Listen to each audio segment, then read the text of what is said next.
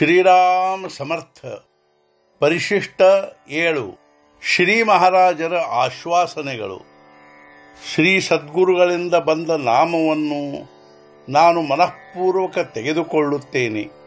ಆ ನಾಮದಲ್ಲಿ ಅವರು ಇರುತ್ತಾರೆ ಎಂಬ ಈ ವಿಶ್ವಾಸದಿಂದ ಸಾಧಕನ ಸಾಧನೆಯ ಪ್ರವಾಸ ಪ್ರಾರಂಭವಾಗುತ್ತದೆ.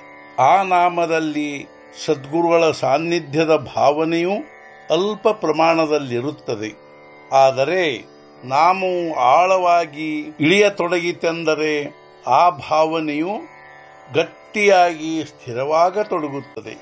ಆಗ ಸದ್ಗುರುಗಳ ಸಹವಾಸ ಅಂತರಂಗದಲ್ಲಿ ಲಭಿಸತೊಡಗುತ್ತದೆ. ಇದು ಸಾಧಕನ ಮಧ್ಯಮಾವಸ್ಥೆಯಾಗಿರುತ್ತದೆ. ಇದರಲ್ಲಿ ವಿಶ್ವಾಸವು ಶ್ರದ್ಧೆಯಾಗಿ ರೂಪಾಂತರಗೊಳ್ಳುತ್ತದೆ. ಕೊನೆಗೆ ಸದ್ಗುರುಗಳು ಹೃದಯದಲ್ಲಿ ವಿರಾಜಮಾನರಾಗುತ್ತಾರೆ.